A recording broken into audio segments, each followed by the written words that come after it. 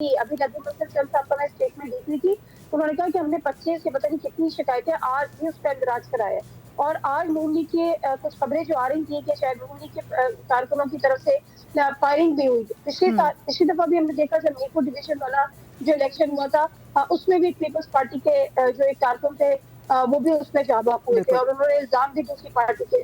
پر دھرا تھا۔ تو بات یہی ہے کہ جو جیت رہا ہوتا ہے اس کو تو کوئی شکایت نہیں ہوتی، وہ تو کچھ اور جیت کر بیٹھ رہا ہوتا ہے، اصل ایشو یہی ہوتا ہے۔ لیکن جو جس طرح سے عماد حسن صاحب یہ بات کہہ رہے تھے،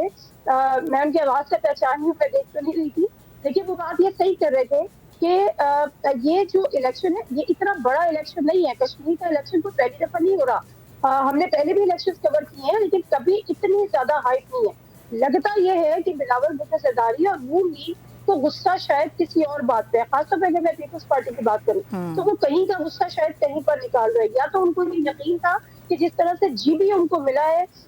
اسی طرح سے ان کو کشمیر بھی دے دیا جائے گا، یا تو کوئی مس کمٹمنٹ ہوا ہے ان کے ساتھ، یا ڈونٹ نو، لیکن شاید وہ اس امید سے تھے کہ جس طرح سے جی بی ان کو ملا اسی طرح سے کشمیر ملا، لیکن بہرحال عدل اور مساوات بھی کوئی چیز ہوتی ہے، تو جی بی اور کشمیر کا رزلٹ جو ہے وہ یکساں مختلف ہے۔ لیکن ہمیں یہ بات نہیں بھولنی چاہیے کہ جب جی پی کا الیکشن ہوا تو پی ایم ایل این نے کوئی اتنا شور نہیں ڈالا، انہوں نے اپنی ہار کے یا اپنی کم نمائندگی کے اس کو ایکسپٹ بھی کیا، اپوزیشن میں بیٹھنے کا فیصلہ بھی کیا، آئی پی پی کے ساتھ مل کے پیپلز پارٹی نے حکومت بھی بنا لی۔ تو مجھے یہ لگتا ہے کہ اصل مدعا کچھ اور ہے، صرف اور صرف کشمیر کا الیکشن نہیں ہے، کیونکہ یہ ڈو اور ڈائی والی سچویشن ہو نہیں سکتی تھی، لیکن اس کو